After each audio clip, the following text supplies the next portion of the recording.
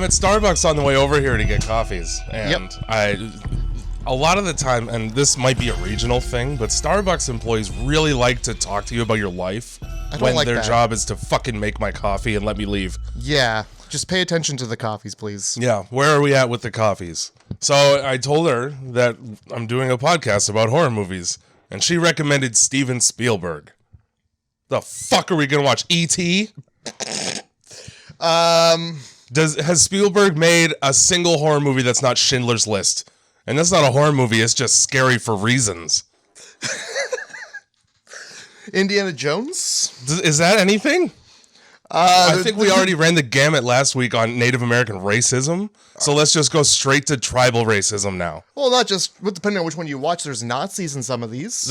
Well, yeah, I guess there's Nazis in most of them. I mean, are you afraid of giant rocks and snakes? It depends on the context, I suppose. I could see myself being afraid of a snake. What other movies did he even make those movies? I'm pretty sure. Okay. Yeah, Spielberg definitely made Indiana Jones. Okay. Because of the South Park episode where him and George Lucas rape Indiana Jones. See, I thought it might have been George Lucas, but he came in for the last ones, like the Kingdom of the Crystal Skull, the shithead movie that sucks about aliens, and Shia LaBeouf is in it. Hey, now, look, there's a redeeming quality right there. Is it Shia LaBeouf? You got the Beef King in your movie. Well, he's a greaser, so I know he hates black people just passively. Hey, come on now. It's not, sometimes it's like... How many black people are in Grease? How many black people did John Travolta talk to throughout that whole movie before he rides off into the literal sunset in the sky? That movie came out when I was 6 years old. You just know that number. You just have that. My cousin rented it and said, "This is what we're watching." And I said, "Peace. I'm going to my grandma's other room where she's got a TV I can watch."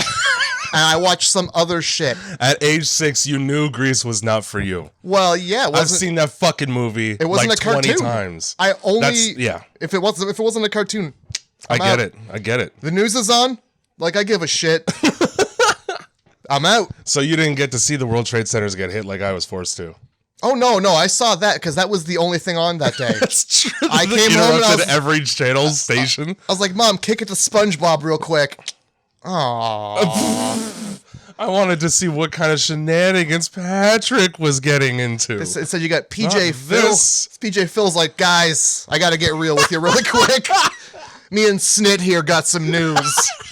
And there it is. And you're just like, "Come on." Oh, man. Not Snit involved. Yeah. I feel like you'd put Snit away for that announcement. No, you'd sit him down in a corner. They showed it on his little teeth. Teeth TV. Oh my God! I wish they really did that. Okay, so now that we've gone over everybody's heads who isn't a 30-year-old who lives in Ontario, Canada specifically. All right. We were just looking at pictures of Tyler Kite, who was on a TV show from our childhood called Popular Mechanics for Kids. If you've seen how it's made, picture that, but with with kids running the show. Yeah, and there was this whole point that I had to this, and now I've lost it. Because we started talking about the World Trade Center. And now it's gone. It's just gone. Because my point was you can't find it anywhere.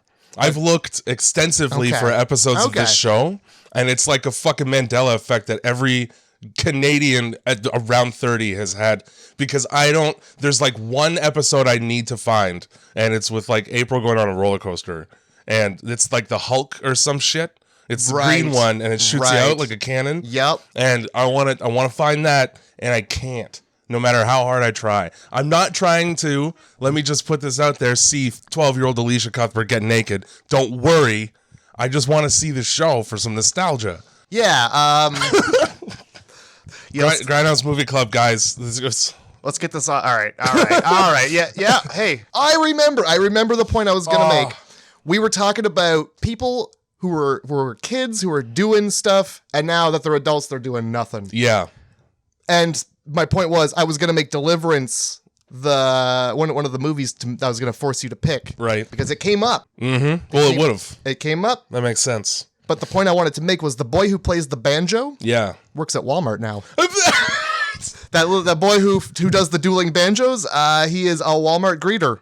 He's a Walmart greeter. Let me tell you, I walk into a Walmart and that's the first face I see. That's a fast 180 for me. Yeah, as it should be. I walk into Walmart. Yeah, thanks. Bye, though. I'm leaving. I'm going to any other Walmart. Problem is, in like Appalachia, that a lot of the faces look like that.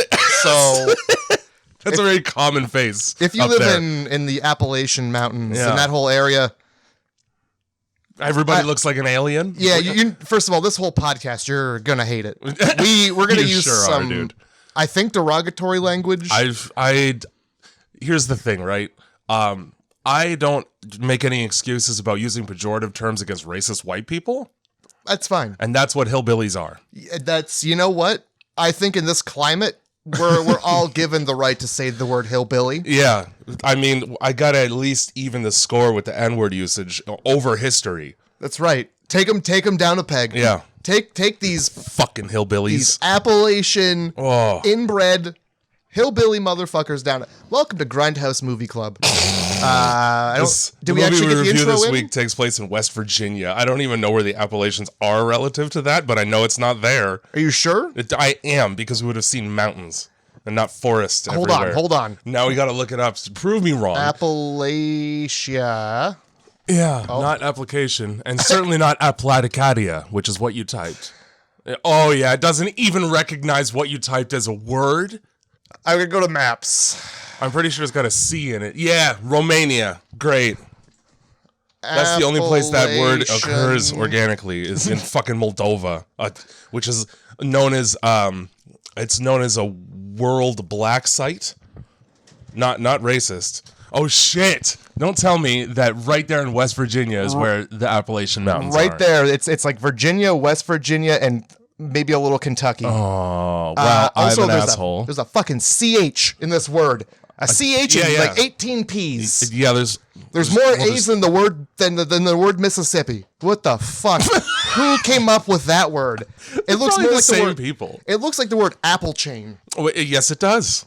We're going to the apple. Okay, that's all right. A restaurant. It's got to be. It's a chain of apples. Yeah. This chair is fucking squeaky as hell. They serve sauces and nothing else. I had Ethiopian food yesterday. Okay. It was delicious. All right. The place is called Imat. It's on Wellington Street. It's like a walk from here. It's pretty great. All right. I'd be down for some. Was it like so what jambalaya? I got it was almost like jerk chicken. And then it's mostly sauce, but they also make these giant pancakes. So you spend half your meal dipping pancakes in delicious sauce. It's the best. Okay. I was all about it. Ryan got this they have this platter and it's like an assortment of everything that they serve. And like it comes on a bed of lentils. Oh, forget about it, dude. Forget about it. Yeah. I mean, I'm walking here. I'm always into trying something new as long as it's not too spicy. Well, that's the white in me talking about. My roommate and I went to the casino and then he and I promptly ate $700 collectively. Oops. So we celebrated with food. Ah. So you were down money, so you went down money. Yeah. Okay. All right. Because that's, you might as well go all the way. Yeah. You've loaded the gun with the bullets and you spun the chamber. You might as well put it in your mouth and fire. Grindhouse Movie Club. We review horror movies on this podcast. Yeah. Ignore the initial 10 minutes of it. Go to darkroastcult.com to listen to more or buy some pins and coffee. There's a sale on right now.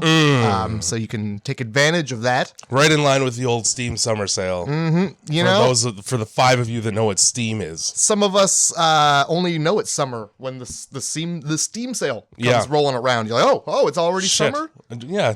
The heat wasn't a good enough indicator. Put the parkas away. Minecraft is 30% off. Exactly. So yeah, go to darkroastcult.com, pick up stuff, listen to the podcast. Also, thank you, Andrew, for the theme. We got that in there. Shout out to Steam for trying to put discounts on Battle Royale games as if Fortnite's not free. Yeah. If your game isn't free at this point, I'm probably not going to play it. I'm not going to lie. I did get Super Hot Mind Control Delete, though. Okay. So, all right. That had nothing to do with Steam at all. That was Humble. So fuck it. Yeah, there you go. I mean, and that might be actually worth playing. They have this stupid game for badges and stickers on the Steam app where you have to rifle through every sale item for something that just pops up magically at random times, and you got to do that 10 times. You got to really want these stickers. Yeah, is what we're saying. And who does? Not me. Are they physical stickers? They ain't. No. Not only that, everybody else has them, so it's not like they're rare or anything. Can't even trade them. No. For goods and services. No, you can't. Yeah. Fuck it. Fuck your stickers. So what movie did we do this week? I got to pick up my papers here. This week we did Wrong Turn. 2003, Hillbillies in the Woods. Now, before I forget, how would you sum this movie up in 2 sentences or less? GPS? More like GP yes. If you don't want to see hillbillies. Who does? Nobody. A bunch of a bunch of city folk learned the hard way that they should have studied harder for their anthropology finals. There you go. Because they would have known about the nightmares of the West Virginia fucking hillside. Yeah, it's really weird how this place is like so close to a highway and like a well-known place, but nobody seems to know that you don't go up that mountain. No. Like, word doesn't travel in Appalachia. What's the name of that fucking mountain? It's like, there's bears up here mountain. Oh yeah, the road is like, it's Bear Creek Road. Yeah, some shit like, who's doing that? Who's going rock climbing up there? Who's going camping up there? I'll tell you, the 2 people this movie opens on. People who want to get murdered by bears are the only people who you would see in that area. Yeah. In that barrier. And for some reason, it's just rife with tourists because there's an entire junkyard full of cars that belong to people that were murdered by inbred hillbillies. Well, I mean, once you look past that, it's just beautiful open countryside. And not even open, it's like an oppressive forest. Well, these 2 people... It's closed right off. These 2 people climb to the top of this hill, and the guy like gets up and he looks around, and it's just like a shitty swamp. Yeah, I literally wrote that down. It's like just a shit view. Why would you go rock climbing when that's what you're looking down upon as a reward? Rocky would have quit boxing. Yeah. I gotta look at a swamp from up the top of these stairs? Yeah. Peace, I'm going back to the meat factory. Fuck this, Glass Joe can win. So this is the opening where there's 2 people who they say each other's names, but it's 100% inconsequential because they die right away. That's the best. That's like when movies open like that with those 2 meat sacks that are just gonna get flattered. They're in the middle of doing something already. You know that they're dying. Yeah, you know it's gonna be a violent movie. Yep. So yeah, these guys climb to the top of this thing, this man and this woman. Well, one of them climbs to the top. Yes, they do. And then he promptly chirps his girlfriend who's stuck on the mountain. Yeah, she's having a real hard time. She can't do it, and he's just up there like, what the fuck are you waiting for? Hurry up, bitch. And then the rope slips, and I'm 800% sure she jams her head off that rock as hard as possible and flies backwards. I'm like, it looks like they just chucked a doll off the mountain, and it just like cracked off a rock. Here's the thing. So the fucking guy disappears and then he gets his body thrown and blood lands on her face. And then he gets dragged away and she's trying to get off this rope that is stuck because it keeps getting pulled up. And I don't know when or how she got the other third back down the mountain enough to when she cuts the rope and falls, it does no damage to her whatsoever. Well, she does whap her head right off a rock. They're like halfway up, right? Exactly. And then she does like slip. She falls.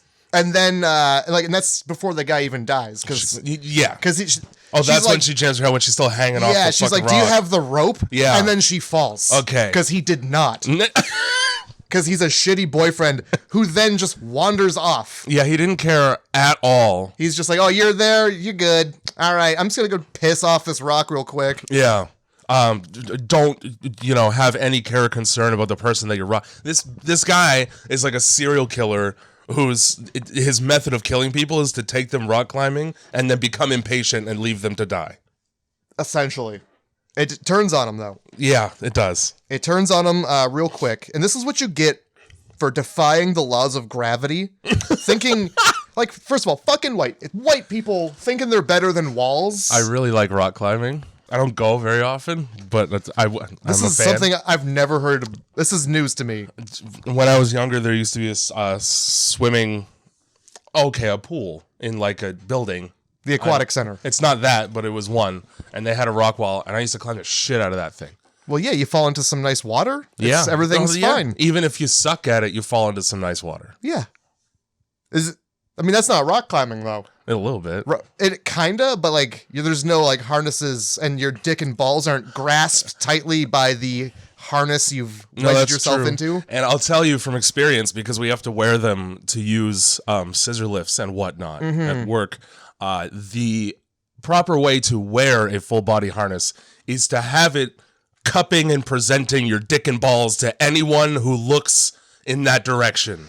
Like, here's my fucking dick, guys. Are you wondering? Because I wonder no more. My grade 8, I just had a flashback.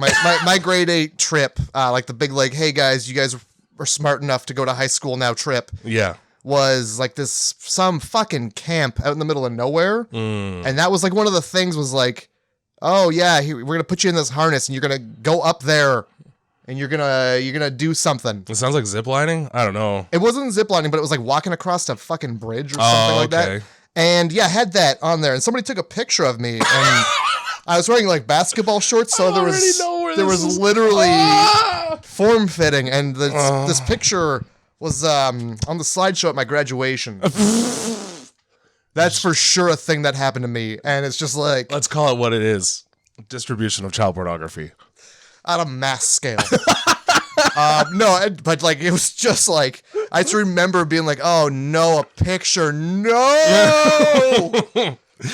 Welcome to, you're going to high school now, and everyone saw that picture. Yeah. Oh, that's the dick and ball guy. Awesome. Yo, what up? Ask me how it's hanging. You already know. Bunched. Bunched. Like a mango stuck in a vine. Tucked so tightly. As if I was going out for a night on the town. You had a better end of to prepare for high school trip than me. I had to go to Toronto so that we could look at the CN Tower, and they made me ride the short bus. That's a fucking true story. Oh, they made you? Yeah. Was there anybody else on the short bus? Yeah, there wasn't enough room on the regular bus. Oh. So a bunch of us had to ride the short bus, despite the fact that we weren't short. You know what I mean? I think I do. I think I do indeed. Wrong turn, though. Yeah, wrong turn. All right. Shit. Yeah, we got another horror movie boyfriend just leaving his garbage boyfriends in these movies, man. So he dies. There's a couple actually in this one too. Yeah. Most of them are. You know, the only one who isn't a garbage person is Joey Quinn from Dexter. Yeah. Because he's right there in this movie. He's kind of just a nice guy who's also an idiot. Yeah. You know what? I think he came right off the set of Dexter because he's still got like the button-up shirt that's half unbuttoned. Like that's every guy in this movie has a button-up shirt untucked, partially buttoned. Business casual in the woods. Yeah, great. So yeah, okay, this girl falls, hits her head. That's that. And then you hear some monkey hillbilly sounds. She promptly gets up and runs to the car with no problem whatsoever, despite the fact she just fucking hit her head off a rock. Oh, she has a little problem. That's the barbed wire chip line. Yeah, but it was not head related. Okay. Well, she stumbles over that like an idiot. Yeah. Like as if you wouldn't see that in the clearing. Like a freaking idiot. Mm-hmm. And then yeah, that's that. She gets strangled or something. What happens to her? I believe she just gets taken. You don't get to see. She gets dragged off. And then you hear that one hillbilly verbalize like a monkey. Like throughout the whole movie, he does that. Yeah. By the way, all of the hillbillies in this movie look like leftover orcs from Lord of the Rings. You're just looking at cleft lips and you're like, you came out of the ground, didn't you? Specifically, this monkey hillbilly sounding guy, there's one orc that was like, there's a scene where they're like pulling him up out of the ground and he's like, that one. Yeah. And he's got the fucking dead eyes. I know exactly. Right away, more gum than tooth. mouth. Yeah, it's the lips and the nose and the fucking beady eyes. Yeah. But like, if you've seen Lord of the Rings, you know the orc. Mm-hmm. You know the guy I'm talking about. I fucking hate Lord of the Rings, and I'm pretty sure I can picture it, and I know it. These are all just like dirty elf looking orcs. Okay, it's just picture that. Whenever we say a hillbilly, they all have names, by the way. Each one of these hillbillies has a fucking name, and they're dumb. One of them's like 3 fingers. Who cares? They never speak to each other in English. It's not like you'd ever know that. No, these are more like hurtful nicknames that have been given to them. Sawtooth, One Eye, and 3 Finger. By the way, dude's got, it's 2 fingers. He's got this. Yeah, it's not 3. And you see that in the intro because his little hand with no fingers is stroking a saw blade like there's nothing useful about that. He didn't learn his goddamn lesson.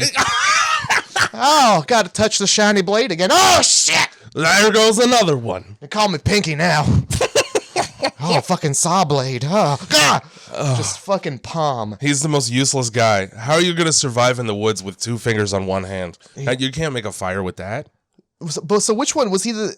Is he the guy with the bow and arrow then? Because I guess he could still pinch it and pull it back. I want to say he is, but then that's not his firing hand. Like, that's not his draw hand. Yeah. He uses that to brace, and then he draws with the hand that actually has fingers on it. Okay, all right. And that's why he's so good at the bow and arrow, is because he's had to compensate for only having one hand for like 30 years of his life. See, now I named the guy with the bow and arrows Moonshine Legolas. Okay. Or Inbred Orlando Bloom. Whatever one you want to go for.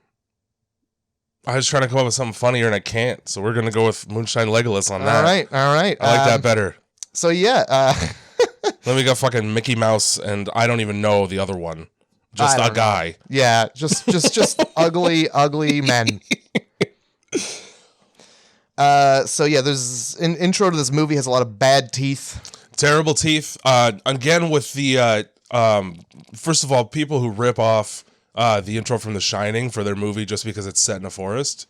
Anytime that you see the overhead shot of trees, like a drone or an airplane, and there's ominous music, that's from The fucking Shining.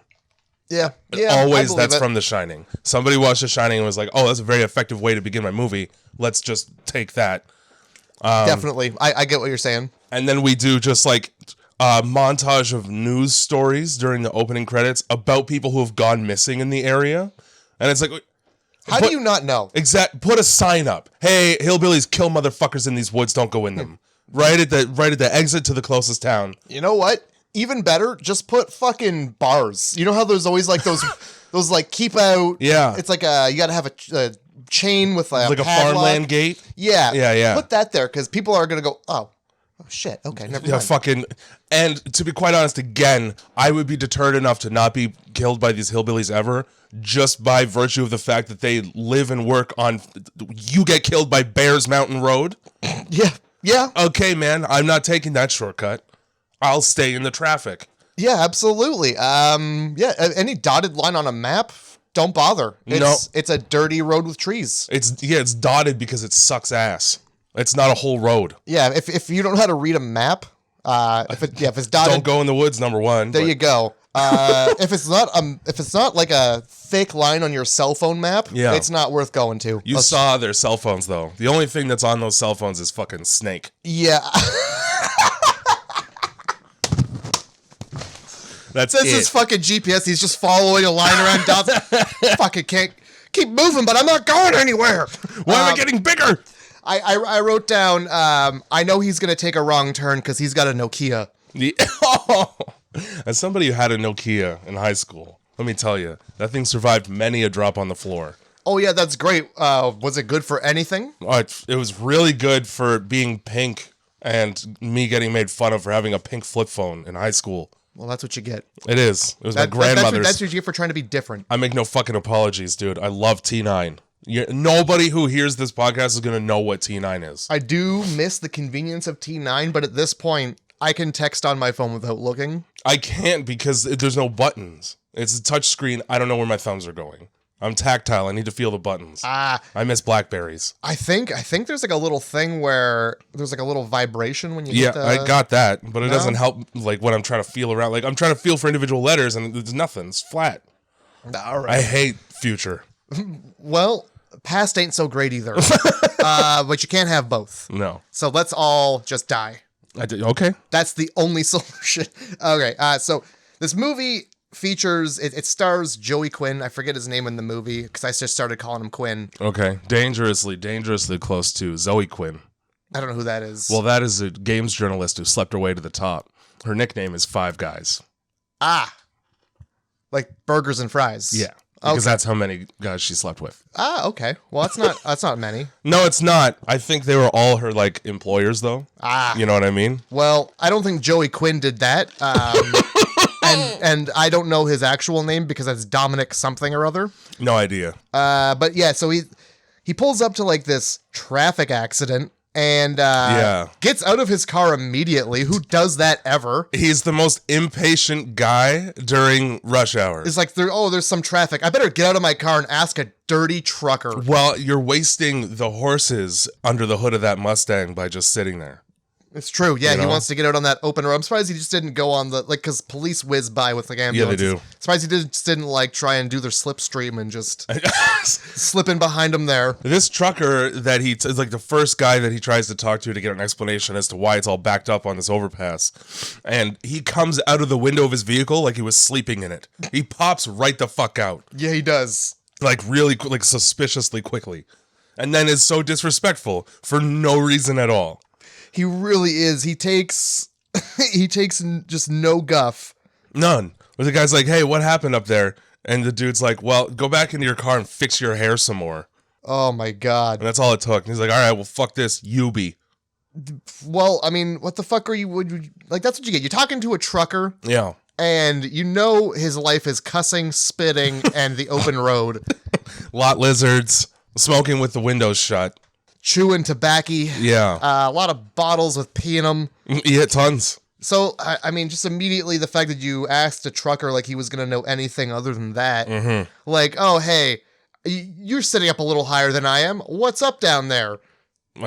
Well, yeah, I know about 2 feet more than you do. It's a chemical spill. Here's the thing. They don't shut down the whole highway for a fucking chemical spill, all right? No, they probably don't. And you know what? Here's the thing. It probably takes a little more than an hour to clean up. Yeah. Which is the estimated time this trucker gives them. I'm pretty sure it's gonna be a couple hours at least. Yeah. And I mean, I sympathize. First of all, the guy's name is Chris in the movie. Okay. I sympathize with his lack of desire to just sit there and wait, because if it was gonna be at least an hour, I'd be taking. Here's the thing though. They set up detour routes right away when the highway shut down with signs like go this way, and all of them are right beside the highway. You don't need to go into the backwoods of West Virginia just to avoid one on-ramp. Well, nobody explained that to Joey Quinn, so I don't have to tell you. I don't know. He like turns around immediately because he's got an appointment. He's got to be there. He's 30 minutes late to. It's like a job interview or something. Who cares? Some doctor job interview. Yeah, I'm pretty sure that like those could be done over the phone, and they'll understand. Yeah, like you got to like it's more or less. They probably need to just look over your paperwork to make sure you're a good doctor. Chances are one of them's probably on the scene of this chemical spill. Yeah, absolutely. Hey man, I'm gonna be late for the interview. You see why? Oh. Well, I guess I'll be there about 5 minutes before you because I'm 1, 2, 3, 4, 6 cars ahead. No, like I don't know. I don't believe this guy's a real doctor. He doesn't. Well, he's in medical school, so he's not even a real doctor. Oh, yeah. He's barely a doctor, PhD. Oh, yeah. Which medical school? One of them. That's right. It's probably a vet. That's what I'm saying. We'll get into that after because he probably puts cats down. I got a lot of questions about the validity of his fucking. Oh, he makes some bad medical decisions, doesn't he? Yeah, at least one major one. So you get him. He turns around and he goes to like first of all. Yep, I already know. He might as well have gone to wherever the fuck the cabin in the woods place is because he went to that gas station. He did, and the guy is still there. And look, okay, all right. It's your body. It's your choice. Yeah. If you're going to have a tooth. Just the one. Put it somewhere useful. Because I tell you what, there's nothing that front tooth is doing other than snagging on things you're trying to put in your mouth. Yeah. You're 90% gumming food. There's no, you're not biting anything off with one tooth. That tooth isn't championing any steaks. No. The only thing you're biting is like a man's arm. And at that point, you should probably use your back teeth anyway, because you're gonna snap that little tooth right off. This fucking guy displays a lot of very good judgment in that he's just chugging Pepto-Bismol while he's sitting in the dankest corner of this gas station he owns. Yeah, imagine just having to chug Pepto-Bismol for no reason. What did you do last night? What? Just perpetually, what's wrong with you? Do you just constantly have diarrhea because you're eating squirrel meat off the road? Honestly, like, look where he lives. Yeah. He's probably got a couple parasites is the word I'm trying to say. Got a couple parasites, and Pepto-Bismol's the answer. It isn't. You can't drown a tapeworm with Pepto. Try to explain that to the man. He's got one tooth in the front of his mouth. The tapeworm's probably his friend. I don't think he's going to be listening to any Reason with that tooth. He looks a lot like Harlan Williams. Yeah, he does. Yeah, he does. I've seen this guy. I feel like this guy's in like Sons of Anarchy or something where he plays a similar character because I've seen his face. Like, I recognize it. Okay. That's a thing in this movie. All of these characters I know from other things. But not Dexter for this guy. He's in like an Anaconda-esque movie or some shit like that. All right. Fucking Eliza Dushku's in, what's it called? New Guy? Oh, yeah. All right. With DJ Qualls right up in there. Good old DJ Qualls. And Eddie Griffin threatening you with a stink eye. Yeah. Evan and Francine are both in Zack Snyder's Dawn of the Dead, and in that movie, they get into a relationship as well. That's the redhead and the dude with who looks like Elon Musk. Yeah, he does a little bit. And Scott, the only one that I couldn't find, like I didn't know from another movie, is Carly, because I think her IMDb page is like 3 movies long anyway. And then Scott's in some like Masters of Horror fucking 8 movies to die for this year after dark shit. Okay. I don't know any of that shit.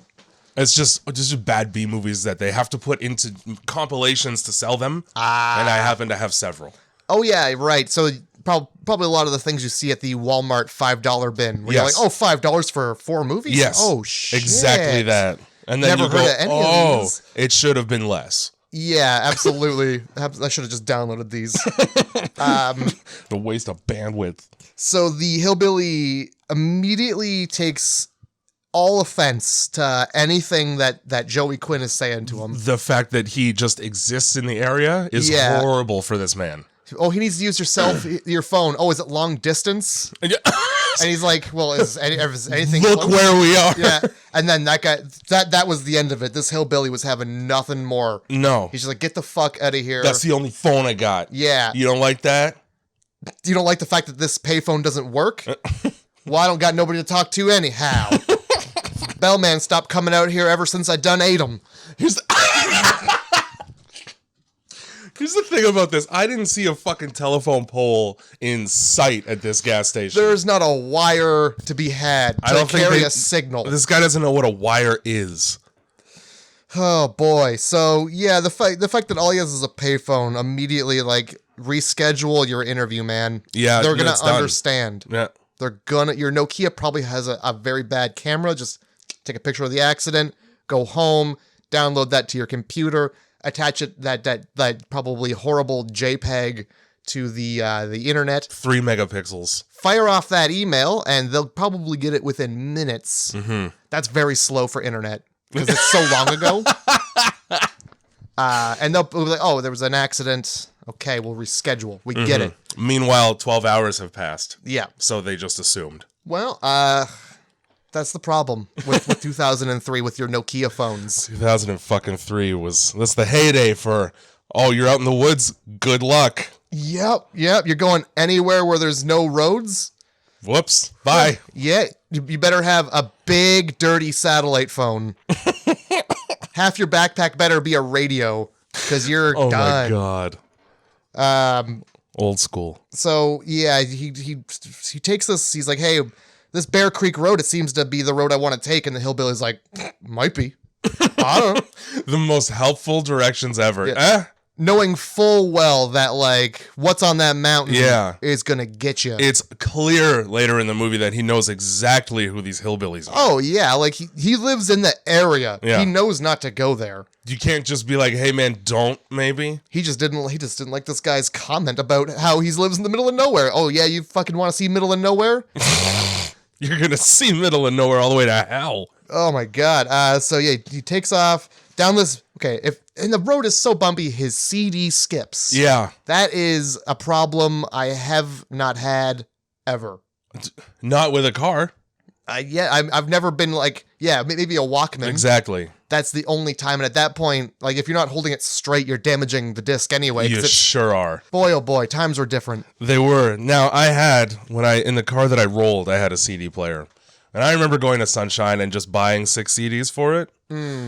Different ones. But when I rolled it, after I crawled out, having to dig my way out of snow upside down, I went back in for them. Well, yeah, you paid money for those CDs. They're just going to take the truck away or the van away. Why? I wanted my Slayer.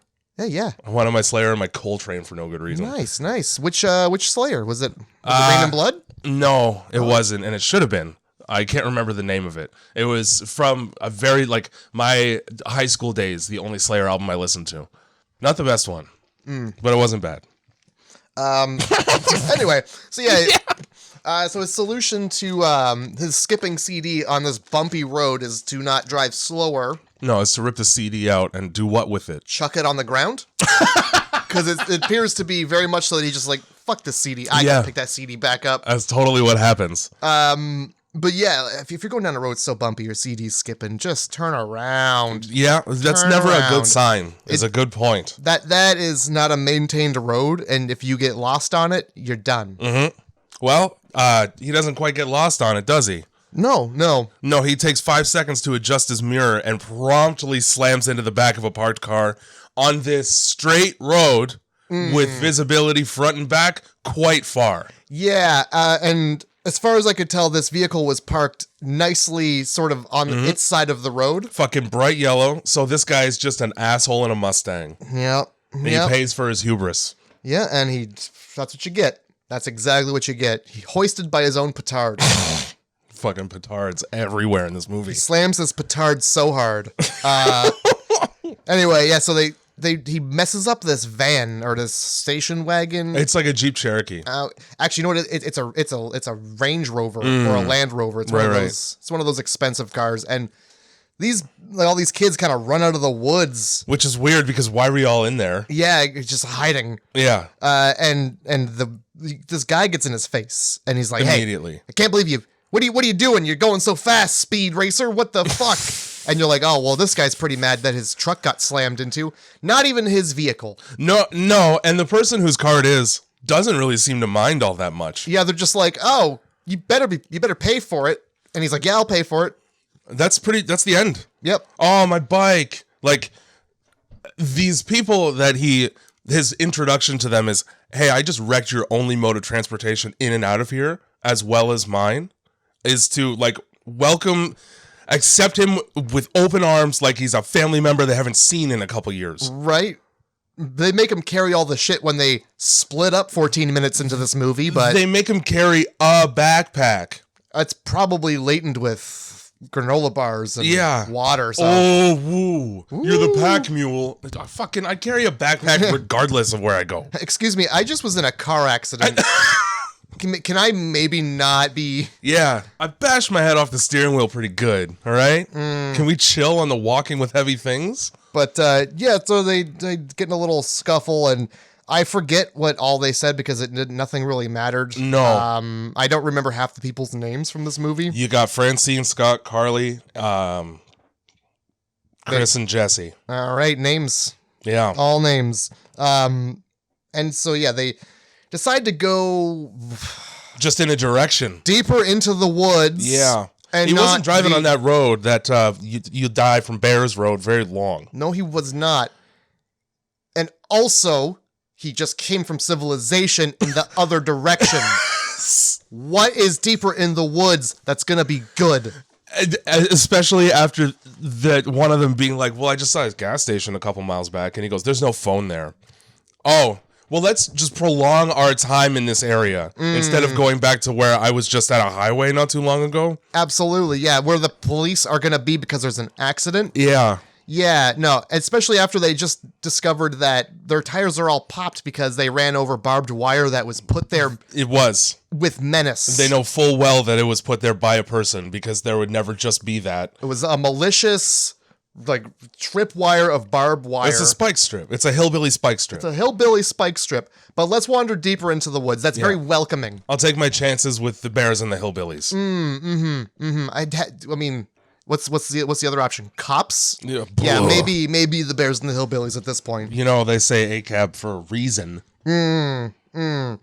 So as they're walking, we get to play their roadkill guessing game. Now, again, say you just meet a guy, right? And you're stuck in the woods with him and you're traveling to try and find help. And the first thing that he does is go, "That's a dead squirrel. I know this because I've taken apart many dead animals in my time. Hey man, let's split up." Yeah. Let's you go into the woods. Go anywhere else. We're gonna go into the woods in a different way. Yeah. I don't want to be near the Evan and Francine, they stay by the car. And they whip out a J right away. Wasted no time. They don't even let people leave before they pull it out because they're like, yeah, we're going to stay here and smoke. Yeah. and they're like, all right, that's cool. Go rescue us. We'll be high. They had a method though to their own method to get help. And that was to bang. Yeah. Because nothing gets me going like my car getting smashed and we're alone in the woods in broad daylight. You want some dome? Well, yeah, absolutely. Do you want some sick dome on the hood of this car? Our friends could be back literally any minute. That's the thing. That was the whole reason, though, is like, hey, when do people show up? When we're banging. So they're like, all right. It was like an experiment in, what did they say? It was like an experiment in the theory of probability. Probability theory, yeah. But is it like, it's more like using all of none of your university knowledge in that sentence. I feel like Jeff Goldblum in Jurassic Park would have been all over that. Oh yeah, life finds a way to get sick head. At least to watch it anyway. And then, so fucking, I did make a note of that because Evan goes, "I love you," once she offers her mouth, and then she goes, "I know." Hey, oof. Yeah, just go down then. Wow, what a great situation this is. Now that you've established what this is for you. And nobody ends up showing up. They bang and nobody shows up. Also, this woman is a shit girlfriend. She's a terrible, terrible girlfriend. A bad person in general. We got this fucking wrecked Mustang here. They spark up a doob. Oh yeah, they do. And they promptly smoke that. Oh, the whole doob. And then she goes, "Hey, what's in this stranger's personal effects?" Oh yeah, she rifles through all of his things and then finds some sort of evidence that he's a doctor and immediately is like, well, maybe he can write us prescriptions. Yep. What's with people and just being like, fucking doctors can write prescriptions? I hear the word doctor and I go, "You write prescriptions. I want painkillers, please." And then the guy's like, I look at bones for a living. What do you want a prescription for? Yeah, first of all, he doesn't even say like what kind of medical anything he is. He just goes. He doesn't. He goes, yeah, that's a mink. I went to medical school and they used to make us operate on animals before people. Yeah. No, they didn't. I know a dead ass mink when I see one. They absolutely did not make you do that because these are not the same. You know where they made you do that? Your fucking science class. He's a biologist. Okay, sure. I have to assume that's not medical school. That's not that. You're just cutting apart animals in a high school laboratory. Yeah, that's the fucking body of knowledge that he's sourcing this mink from. Yeah, no doctor's like operating on somebody and been like, oh shit, what do I do? That's right. When I cut that mink open, that's right. He had that tiny little liver. That's right. So I'm gonna fuck around in there. That's as if like, yeah, you're operating on people and the animals you dissected in 12th grade are gonna have any similarity whatsoever. Yeah, fuck you, Quinn. So she finds this fucking, they're obviously both high as shit, Evan and Francine, and she finds some food, and then he goes, "Did you find any food?" And she's eating it, and she goes, "No." All right, bitch, I guess I'll starve in the woods. Oh my God. Jeez Louise, you're selfish. Yeah, he's like, oh man, they must have taken all the granola bars. Also, I just fed you. Yeah, fair. Oh hey now. Hey now. I had to. She already was eating nuts earlier. Probably salted. I'm not interested anymore. This is the end of conversation. So these two fucking degenerates, they get what they deserve. I noticed, right, and this is where I began to notice this, for bumbling, broken-bodied hillbillies, these motherfuckers are whisper quiet. Oh, yeah. They move with ninja stealth. Yeah, and they just come and go. Yeah. And it's nobody hears a rustling in the brush. They know the woods so well, they know where each leaf is. Yeah, and they step around them. Yeah, so it keeps cutting back and forth between these two groups because they've split up. Yeah. The other group, the group that isn't just banging on the hood of a car, come across just a fire in the woods. They do. Why? Why is there just a fire in the woods with no explanation? But then they're like, hey, is anybody up there by that fire in the woods? Can we have some help? Nobody who makes a fire in the woods and chills by it is there to help. No, not you. Nope. They are either burning a body, evidence of a body. They're cooking a body. They are in the middle of a meth-induced rage and are burning things in the woods. Like, there's so many things that aren't people helping you. 9 out of 10 times, if you see a fire in the woods, it's probably body related. Yeah, it's somebody living in the woods. Yeah. And you're in their living room. They're there for a reason. Yeah. Oh my God. I don't assume everybody's there to help, I guess. If you're in the woods. Yeah. Shh. Especially in this area where we're in West Virginia, so you can make a lot of assumptions about the terrain, okay? And the region. Hunting is legal. People who go into the woods and make fires and leave them generally aren't interested in the welfare of anybody but the deer they're murdering and how easily and quickly we can murder that deer. Yeah.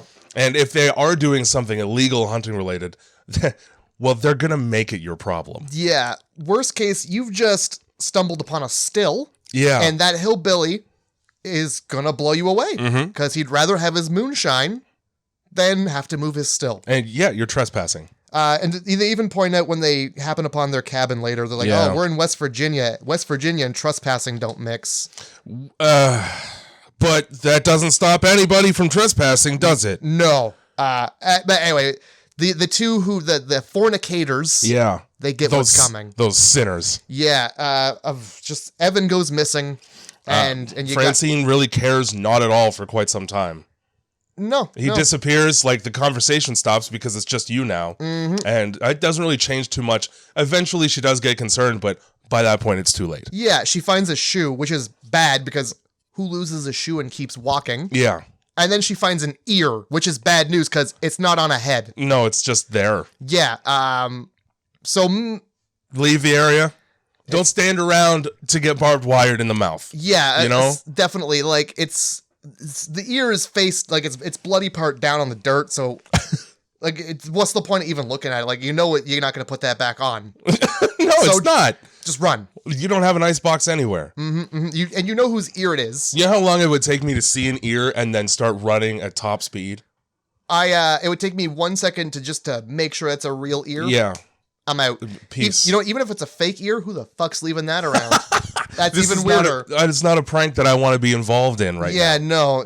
I'm not going to get lured into getting closer to that. Where's Impractical Jokers? They're... You know? You know what? I'm going to say it right now. Each and every single one of those Impractical Jokers looks like a sex offender. They look like a sex offender who's got a different flavor. That's why they get along so well. That's my take on that. Oh my God. So yeah, they're walking down the road and the other two are like, they're talking about getting married. Yeah. And they're like, oh, hey, you know, we should elope. And apparently that's a dirty word to you can't say that to Carly because, I mean, she's mixed race. I'm not sure, but I assume that it comes from a place of culture where families need to be involved in your marriage. No, it's just like getting married without the marriage. It's like you went to Las Vegas and you got eloped. I know what eloping is. Oh. I mean, like, that's why she was so upset by it. Oh, okay. Because she was like, we'll not get married now if you ever say a word to me again. Which is a great place to be as a fiance. Yeah. Well, what he says next is equally as upsetting because he's like, hey, I want a Frank Sinatra style singer and not this fake James Brown. Because a fake James Brown is intolerable. And then he says something like he's worried that his grandma's going to be both upset and turned on by James Brown swinging his hips. Yeah. Why are you thinking about your grandma's wetness at your wedding? Yeah, that should be the last thing on your mind. At all times. And at any point in history. Oh, boy. He gets so enthralled in this, Yeah, in James Brown's hips and his moist grandma that she just disappears and he doesn't notice. Yeah, I don't understand how you keep walking and like just realize you're talking to nobody. Yeah, like a lot. Footsteps are loud. You at least hear those. They sure are in the woods. Oh, and then God. You've gone through entire sentences with no response from the person you're speaking to. Even if they're still there, that means they don't want to talk to you about it. So shut it. Yeah. Scott has got a big fucking mouth for all of like 30 minutes he's in this movie. Yeah. He does. And he's also a bit of a dick because after she scares him, he gets her back by just threatening to jump off a cliff. He does. He puts the top half of his body right over a guardrail. Like, that was funny, wasn't it? When I almost died just then. I did that once at Niagara Falls. I don't recommend doing this, but there's parts where like over the edge, there's like there's spots to land on. Right. So it was like nighttime, and I was just like, "Hey guys, look at this!" And I just jumped over the edge. I love it. There's a video of it somewhere. I wish I had that idea when I was there ever.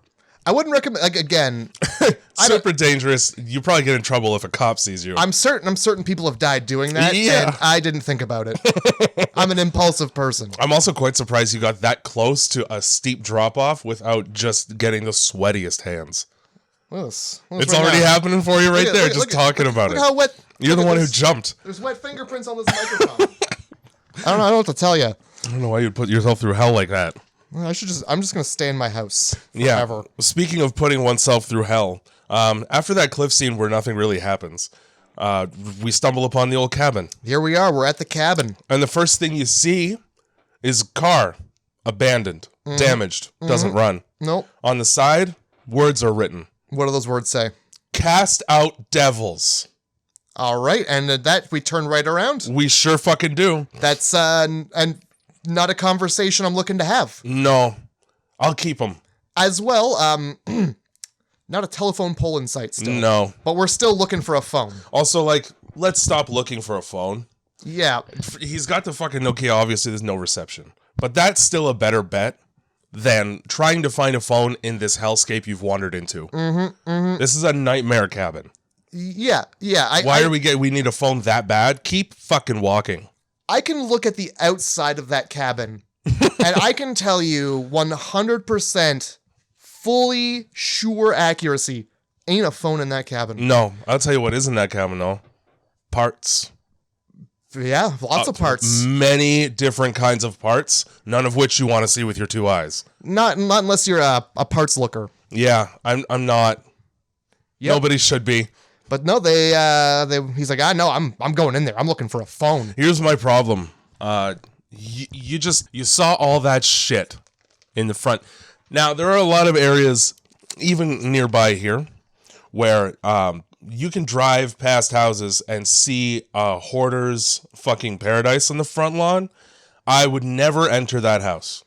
At best, you're going to trip and fall into like a pile of dead mice. So I don't want to be a part of that. Yeah. But at worst, that's somebody who doesn't care about their own well-being super much. So they're definitely not going to care about yours when you walk into their house without their permission. Oh my God, no.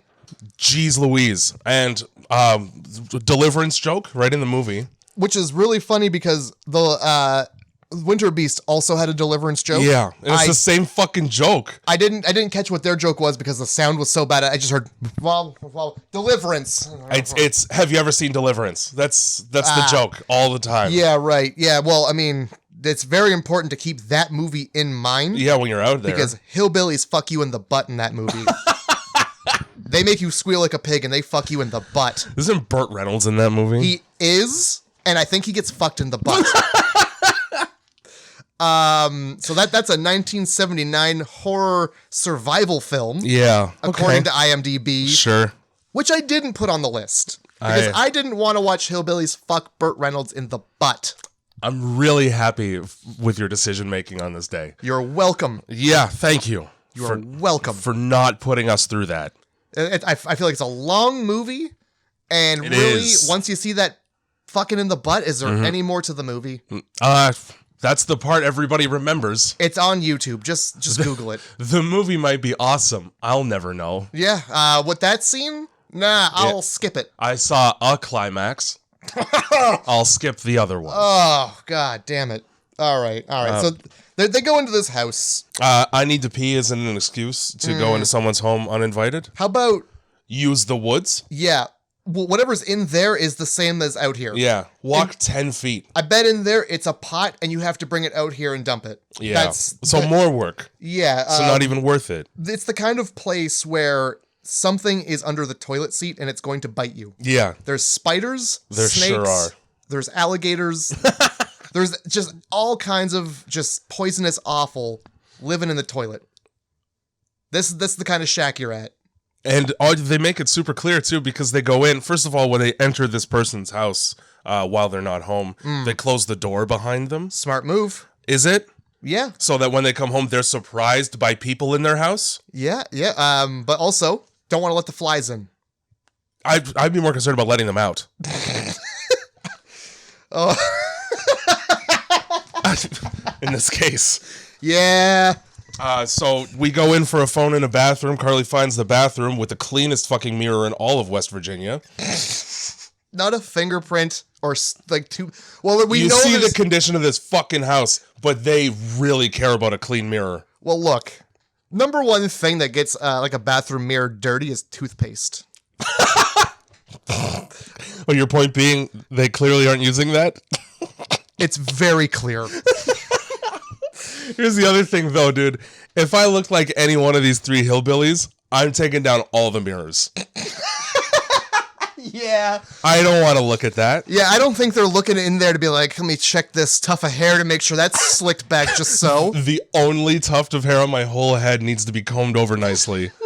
Dear God. If anything, like, I'm coming out of the fucking shower and I see that and I go, ah! Oh, it's me. Whoops. Yeah. Did you say shower? I don't think that either. I guess I shouldn't have said shower. I think barely pants off when shitting. I think that's this level of people we're dealing with here. It's a bucket of river water that you pour over your head like an Egyptian. Well, there's also a fucking dead body in the tub, but we'll get to that. Why are you snooping around? You take one look inside, you go, oh, okay, obviously there's not a phone here. Hey, Carly, just squat in the fucking woods because even if it's number 2, it's a better choice than what you're doing. And then what's in the fridge, I wonder? Oh, yeah, hey, first, okay. There's a pot of, like, boiling meat on the stuff. What's in there, I wonder? They walk by so many red flags. Yeah. A, the water is boiling. It sure is. Have you heard of Goldilocks and the Little Bears? Oh, the porridge is hot. Get the fuck out. I think that's the moral of that whole story. There's a motor running. Yeah, there is. It's powering the fridge. So, okay, yeah, sure. Let's see what they're keeping cold in here. Jars of things? Jars of parts? Just parts. Pickled parts. Indiscernible parts. Just parts. Let's grab a container and open it up. Yeah. Nothing about this has been a red flag. The fact that there's rotting meat on the table, on plates, as if it's going to be eaten. Like the stink hasn't driven you out yet. You could probably smell the inside of that shack from fucking the road. Oh my God. Well, I mean, at least they're keeping some of it fresh in the fridge, but like. Not the important parts, apparently. Yeah. So there's just like body parts and just guts in jars. And it takes them finding a dead body in the tub. There was a jar of literal teeth, and that's if all of those things weren't enough, like everything that happened up to seeing the jar of teeth wasn't enough to get me out of there. I see that jar of teeth, I'm done. Yeah, I don't need to be around anybody who's saving teeth that isn't like a parent trying to remember their childhood, their child's childhood. And like it's dentures, and there's multiple sets of them. That's a set for every day of the week. More dentures than there could fit people in this shack. Well, I mean, you got your steak dentures, you got your salad dentures, you got your soup dentures. Where are they getting these dentures, though? How many old people just like driving across the country have they like lured into the woods? Oh my God. Like the whole junkyard area. There's like 30 cars. It's the easiest prey. A fucking Chevy Chase and his family over and over again, just getting destroyed by 3 hillbillies with a bow and arrow and a gun. And it's not even destroyed, just them showing up, startling the old people. The old people fall. And their life alert bracelet can't alert anybody because it's so in the middle of nowhere. We don't have any reception for life alert. And then they have a heart attack and just fucking die on the spot. Oh my God. Easy prey. So we're in this fucking shack with the dead body in the tub marinating. You think that's how they make their moonshine? It's just in the tub with a body? That's that little spice that makes it unique, probably. Oh yeah, that's that cinnamon apple deliciousness that you want with your water, just milky white for some reason. I'm gonna guess it's just rotting body guts. I'll assume. I wouldn't know from experience. Yep. And then the hillbillies come home. So let's hide under the twin bed. Yeah. Yep. How are you fitting 2 whole people under a twin bed? First of all, I thought it was a table, which made me laugh because it's a table is a table. I can see you. Yeah. It's a bed, yeah, because he falls asleep on top of it. Yeah. Totally just drops the redhead down in front of him. Classic, like, boom, there's her dead face. And she's breathing clearly, which okay. Love it. I did see that, and I was like, I did not see, but I did see. I saw nothing, but through the cracks of my fingers, I see everything. How long is her fucking body on screen for? 10 seconds? Bitch, you can't hold your breath? They couldn't find a shot where she went... Where she acted? Yeah. But, she had a dead-eyed stare. She did that pretty well. Yeah. And then, like, blood starts to pool towards them, and they're like, ew, blood, ew. Oh, gross. That's the most of my concerns right now. Mm-hmm. You touched the body part container in the fridge already. You're rolling around in dirt. Yeah, they probably just shit on the floor in here. Probably. They go to bed, they wake up, shit on the floor, go back to bed. That's what an inbred hillbilly's life is. And this has been National Geographic. Dun, dun, dun, dun, dun, dun. I'm David Attenborough. Hillbilly drops a bullet and feels around for it. I mean, he's a hillbilly. He's going to feel around like an idiot. Yeah. Who doesn't just look when they drop something. No, and it's like bright green against this dark brown, not even a floor dirt. Yeah, I'm going to get down on my knee. I'm just going to look. With your eyes. Because feeling around like an asshole pisses me off. If I don't touch it immediately, I'm like, well, what the fuck? Where did it go? Yeah, dude. I feel the exact same shitty way. Yep. Especially when it's like food. Like I drop a chip out of bed and I get so pissed. Yeah, because it's dark and I'm never finding that. Okay, there you go, ants. Yeah, ants or the cat. Yeah. Oh God. So yeah, they drop this dead body. They chuck it up on a table and just start chopping it up. And then, so 2 people under the bed, 2 people in a closet who have a great view of the whole thing. Through a keyhole, like the biggest fucking... Have you ever looked through a keyhole? You get to see like a 5-foot radius of everything. I can't remember the last time there was a keyhole big enough to look through. Exactly. What are those keyholes for? If looking through it, where's the mechanism? Yeah, you could just like stick your finger in there and flip the lock up. It's not even worth having a key for. Times were simpler back then. When there was like 2 keys total that fit no locks. There's a horror movie production company called GRINDHAUS. Yep. And their intro logo, you know how at the beginning of movies they have like fucking plane taking off from the airport productions or some shit? It's the exact same shot as when they go up and like show the people looking through the keyhole. So the Ghost House like production intro is from the ground up into the keyhole, and there's a skeleton on the other side. It's the exact same. Love it. That's classy. This movie had some good, what do you call those? It was on Family Guy. They made a joke about how they always make it seem like it's the movie, but it's not the movie. It's like the production. Right. Yeah. It's the first time that we've watched a movie that actually had some in a while. Yeah. Welcome back to actual like filmmaking for a second. Oh my God. So these hillbillies chop up bodies and promptly fall asleep. Right beside them. As if they did so much work. Yeah. Oh, that was all that chopping up the body really made me tired. Yeah. Thank God we went through all this time to butcher the body. Let's not bother putting it in the fridge and trying to preserve it. It'll be fine. And this is when the gang makes their escape. First thing that's dumb. What is it with women in this movie and tripping over things? Yep. All right. We knock over a teapot. Like the biggest most easy to see thing on the whole floor of this shack is a teapot. Boot it as hard as they can. It's harder than ever. And like, so the couple comes out of the closet and they move this door. Silently. Yeah. This shack looks like the squeakiest. It looks like the dirt would squeak.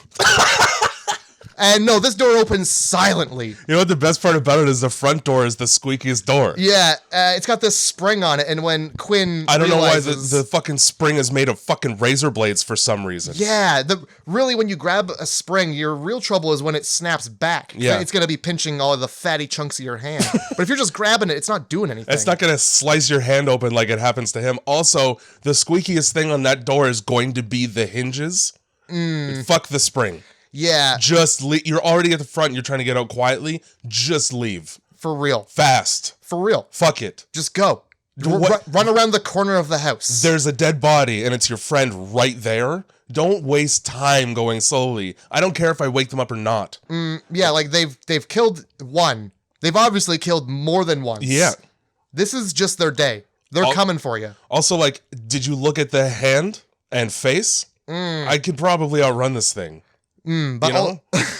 When Quinn turns around, Hillbilly's sleeping with one eye open. He sure That was the only fucking eye he's got. That was the most upsetting part of this whole movie when he turns around and the dude's just like laying there with his eye open, just looking at him. Looking right at him. Just like, hey there. There's like no action, just like watching him, like, what's going on? Like, yeah, like he wouldn't be pissed immediately and just channel all that chimp strength he has. And he's holding a shotgun, so it just takes this. I'm flicking my finger around as if it's hitting a trigger. It was probably in his bad hand. There you go. He's still got a trigger finger on that hand though, doesn't he? I don't know. I honestly don't fucking know. So they run up a hill behind the house, and this is where the actor who plays Quinn actually busts his ankle. Yeah, he sure does. And it's the opposite ankle in which later he gets shot in. Mm-hmm. So he had to fake limp on his busted ankle. Shut it down. Yeah. Shut it down for a week. Give him a bit. Let me get a brace on this before we finish the shot. Nah. We create multiple targets here because obviously they're in the area and we're in this junkyard hiding. And these motherfuckers show right up. So we start running into the woods individually. Not the best strategy when one of them has a gun and can shoot you in the leg. Speaking on that, running up a hill. Yeah. Also not good because you're slow as fuck doing that. You're not going anywhere. You're going up.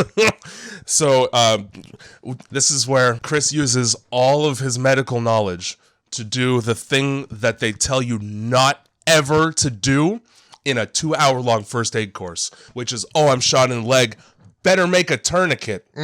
I'll make a tourniquet, cut off all the circulation to my leg for a gunshot wound.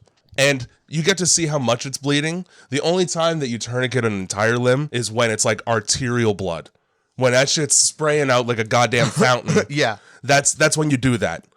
You don't do it when it's just leaking out like a regular wound. Well, he didn't finish medical school. Your fucking leg is gone, all right? Well, clearly he didn't listen. Oh, my God. To be honest, I didn't know that, and I would have just been like, yeah, let's wrap it around there right now. You can't do that shit because you got to tie it too tight.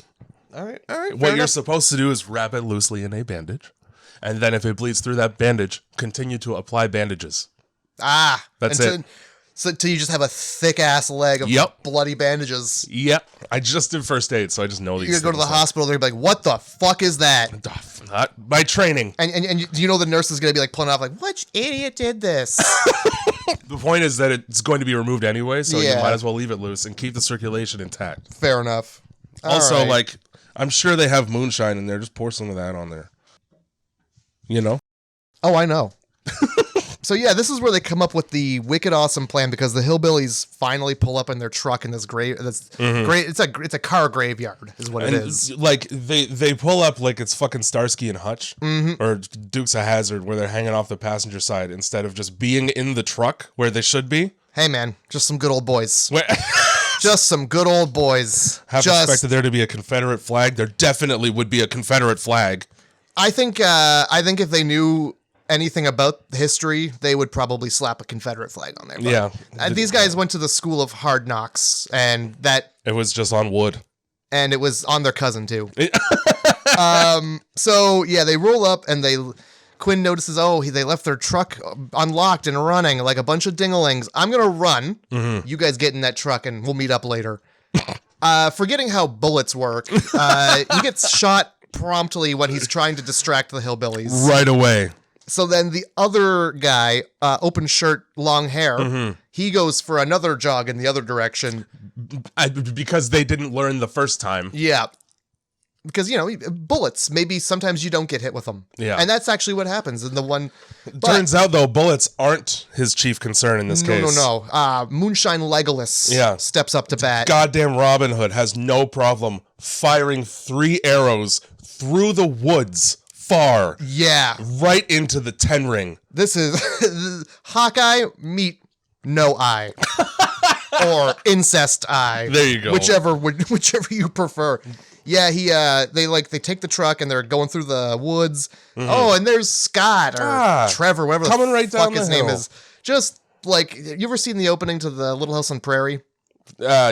You know how they're running through the field? Yeah. It's like that. He's like, Anna Green Gables. Guys, yeah. And then you hear zoop, zoop, zoop, zoop, zoop. And they're like, Scott, what are you doing? Why are you standing there, Scott? Oh, we just watched us almost get killed. We've stolen a truck and we're driving away for our lives. We're picking up Scott coming through the woods. If he stops running, see you later. That's my exact thought. Oh, Scott's not taking this seriously. No. Let's leave him. Yeah, you're not going fast enough. I'm now concerned about me. Yeah, you're making this all of our problems, Scott. You're kind of being an asshole. Exactly. Fucking also, your bright yellow shirt, take it off. If you want to live, just remove the brightly colored clothing that you're wearing in the woods. Yeah, for real. It's the goddamn fucking whatever, like Woody Woodpecker looking with that shirt on. That's the most visible thing ever. Oh boy, yeah, bright yellow is not a color that occurs pretty often in nature unless you're looking at flowers or bumblebees. Leaves that are dying tomorrow. Yeah. Oh god. Fuck. There's just a lot of hillbilly fun to be had in this movie. So fucking, this is Carly's fiance that gets arrowed. A la Homestar Runner, and Carly really cares about it for all of an hour. Yeah, she gets bummed out, and then she becomes super nihilist, and then she's like, all right, fine, he's dead. Yeah. She also, at one point, she's like, no, I can't. No. Yeah, she's the same one who's like, no, I can't do this. Yeah. I tripped once, and, my toes hurt. Yeah, that's all it took was her tripping. Just be like, just fucking go. I can't do this. Fucking gets real cuddly with Chris for half a second. Yeah. So I find emotional support in the arms of a stranger I've never fucking met. And then the truck gets stuck, and I get pissed off. Yeah. The truck gets stuck in some mud. Yes, it does. They try the old forward reverse, and the tires are just spinning. Hey, guess what? You're in the woods. Put some fucking logs down and drive up those with the tires. That's fair. And get out of the fucking mud with your only way out of the woods where you're going to be murdered. Try harder than 5 seconds of trying. What I'm thinking is like, you see these branches have fallen on the road. Mm-hmm. Turn around. Don't get close. There's more road that way. Yeah. Hey, did you try going back the way you came the entire way out of the woods? Because you haven't. Deeper in the woods is not your... Never. Then they go from like a fairly cleared like dirt road to like the tracks in a forest that a farmer made in 1982 to get his cows to some place. Put it this way, right? They find and take refuge in a fire watch tower. You're done. Yeah. You're so deep in the woods that you're not coming out. Stephen King actually has a book about it. It's an 8-year-old girl, and she ends up getting diarrhea from a river. Hey, it happens, man. You can't just drink water. No, you can't. But yeah, so they ditch the truck and run, and eventually they dodge all these arrows from fucking Moonshine Legolas. Yeah. And they end up at a watchtower. I'm very confused about Moonshine Legolas's motivation when firing arrows a lot of the time, because he's clearly got great aim.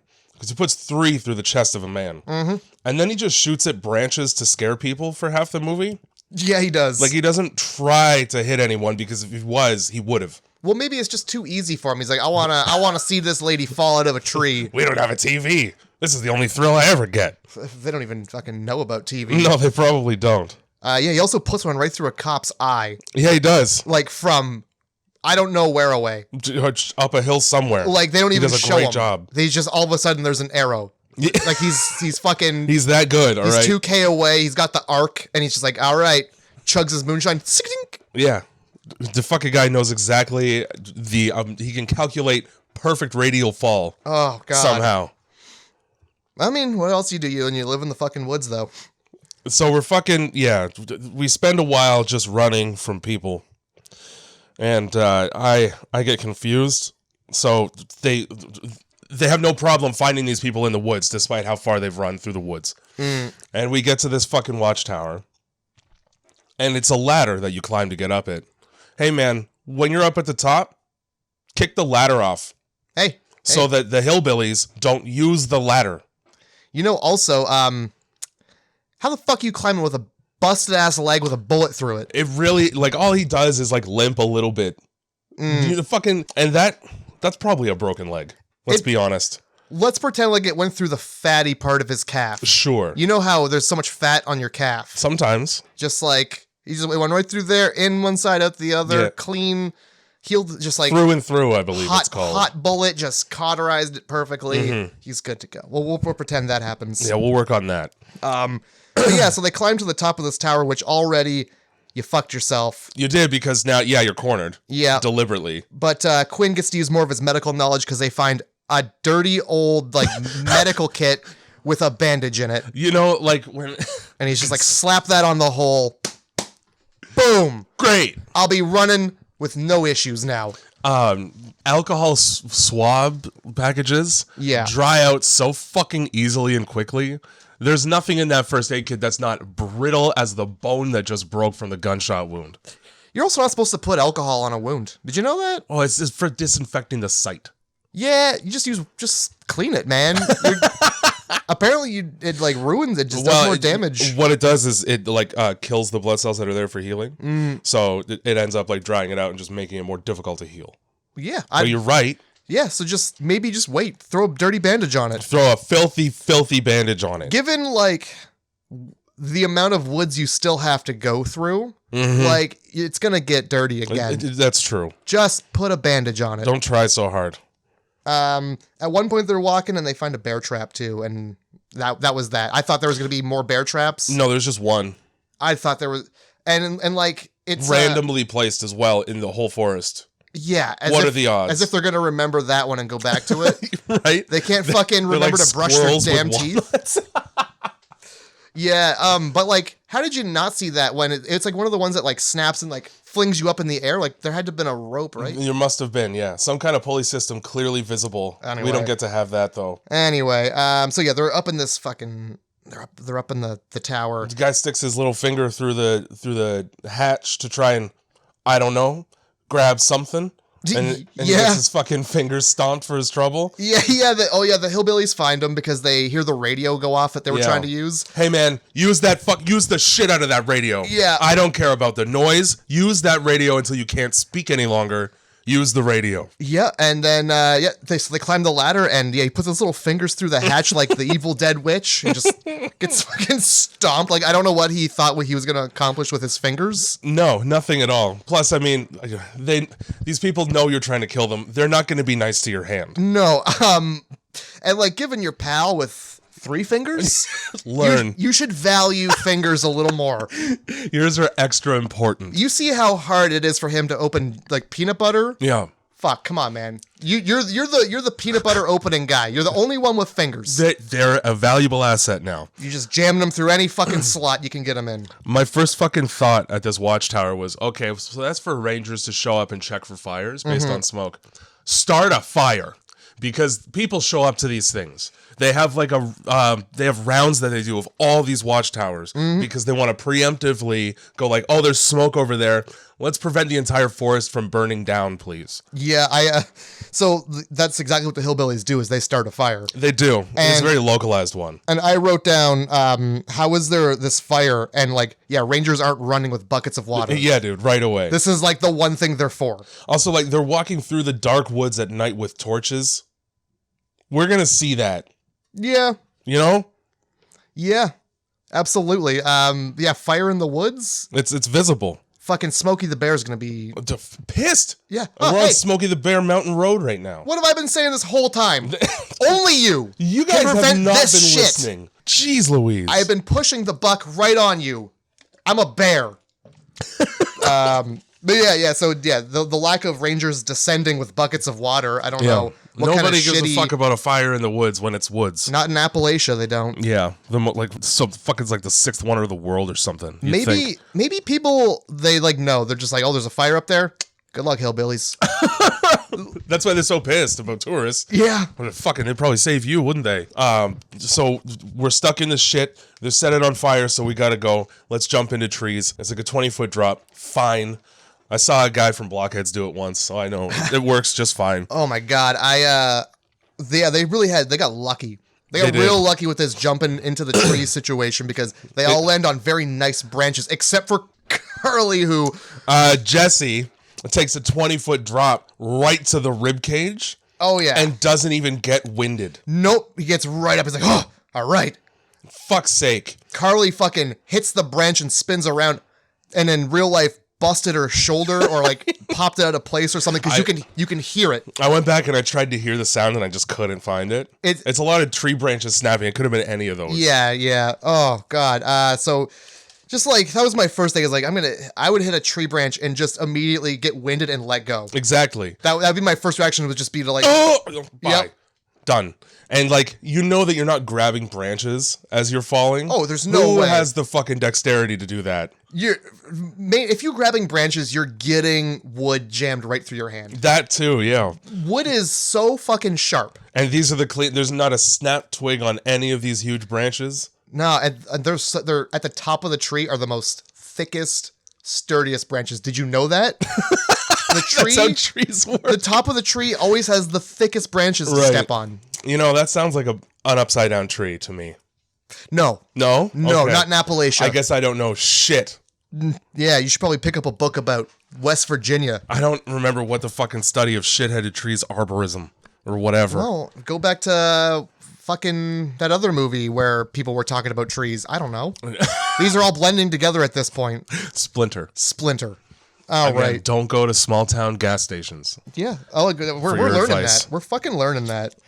So we're in this fucking tree, right? Trying to be quiet because we don't think the hillbillies know that we're there. And then one of them plants an arrow right beside Chris's face. Yeah, it does. Again, stop trying to be quiet at this point. Mm-hmm. First of all, you're rattling around these trees like crazy. They're going to be loud as fuck. Just go quickly out of there. Yeah, it's very obvious you're in the trees because when you're in a tree, it's like sticks are falling out. Yeah. Like leaves. It's not a graceful thing. And like you can look up and be like, oh, that's a person in that tree. Mm-hmm, I can see them because they're the largest thing in the tree.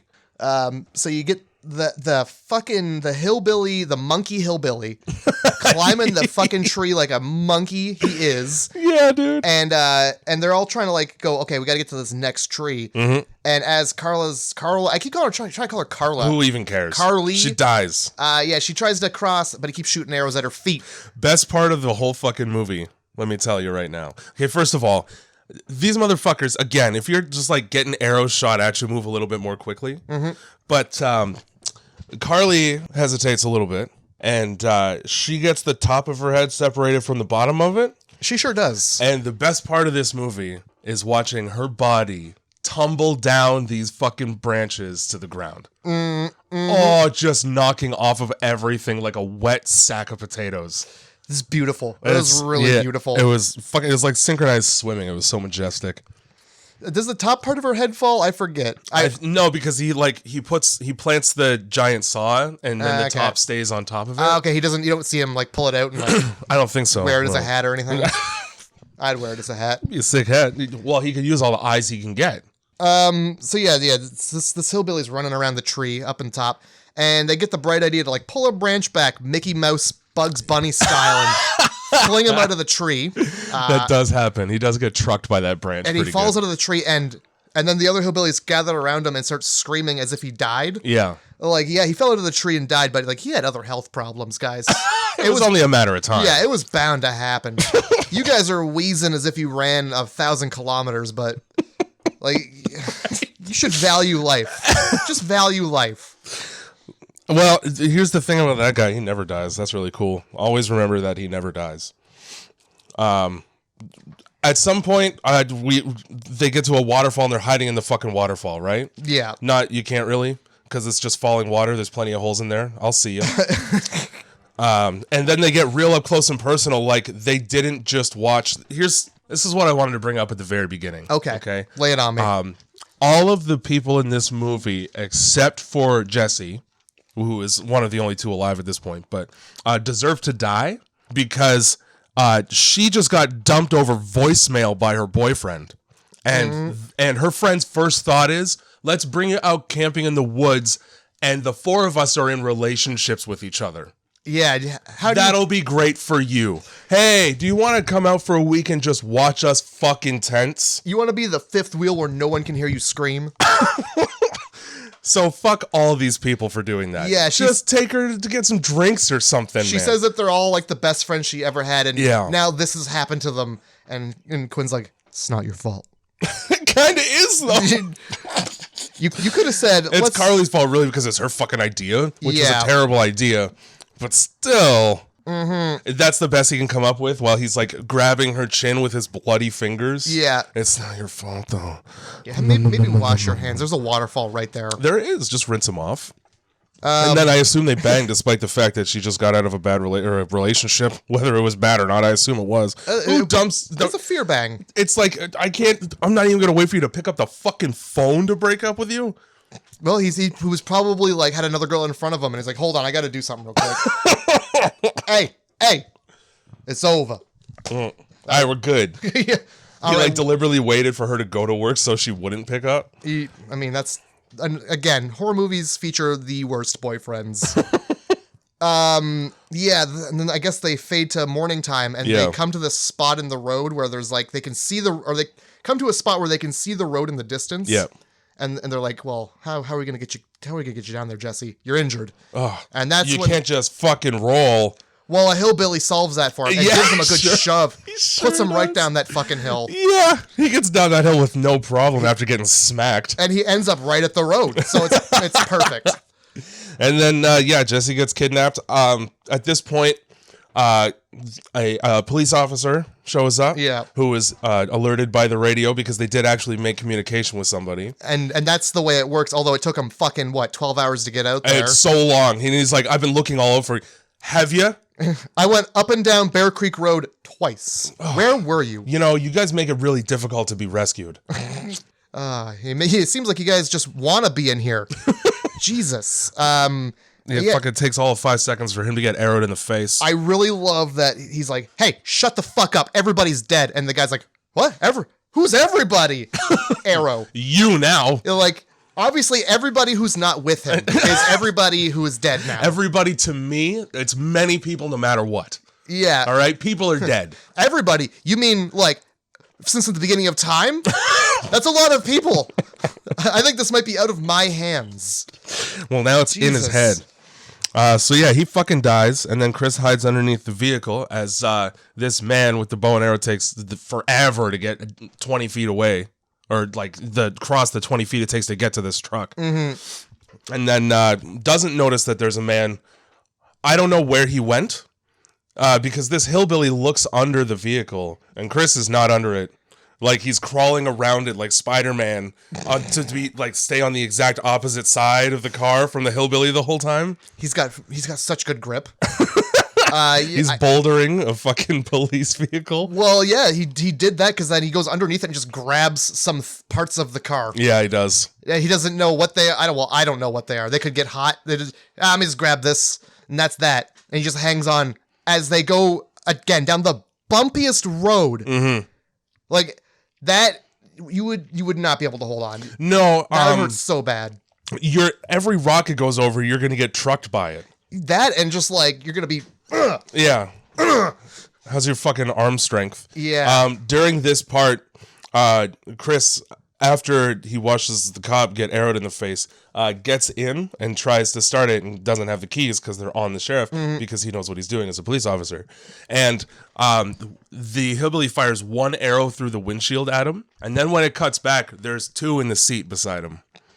So enjoy your continuity error. I found one. Oopsie poopsie. And they're CG, so you didn't even need to do that. Maybe he just forgot how many arrows have been fired. Yeah. So then we pull and I don't remember what movie it is. I want to say it's Cape Fear, but I'm not sure. Either way, they make fun of it in The Simpsons, I think. That whole, I'm going to grab onto just the bottom of the vehicle and ride away with it like that's possible. Yeah. Or like Terminator, they do it or something like that. Yeah.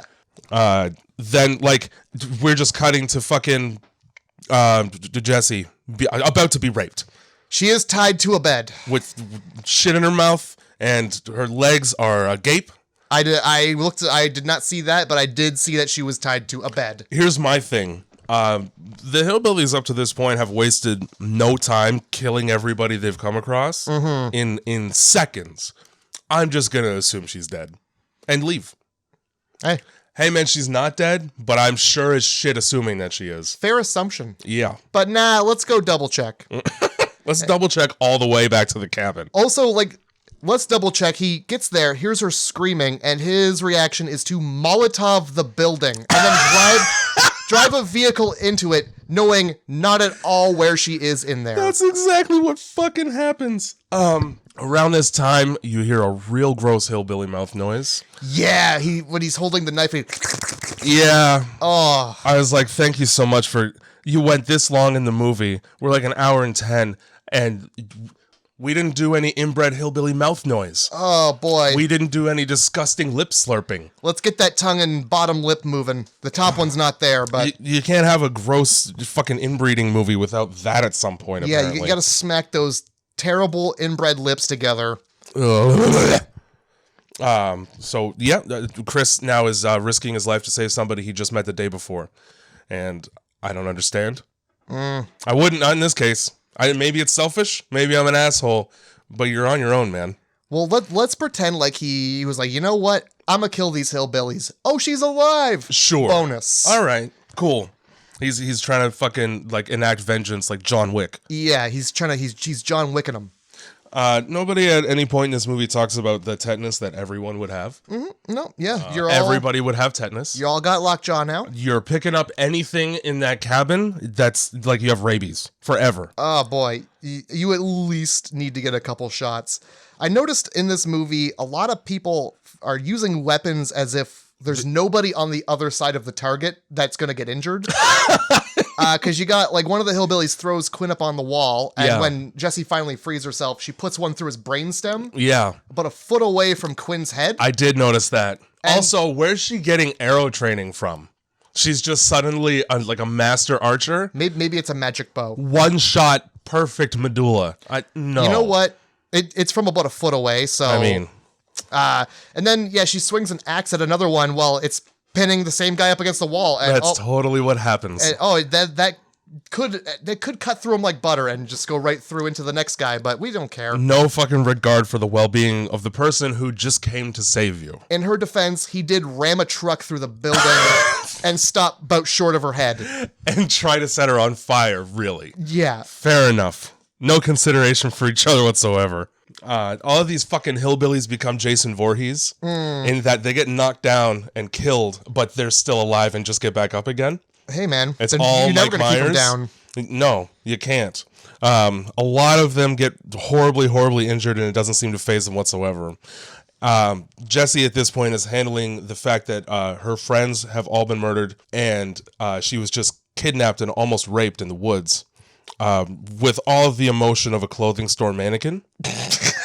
Oh, does she ever? She really doesn't give a hot fuck. And then I get mad because the movie just ends with them getting out of the cabin and him firing a double-barreled shotgun with one arm at waist height.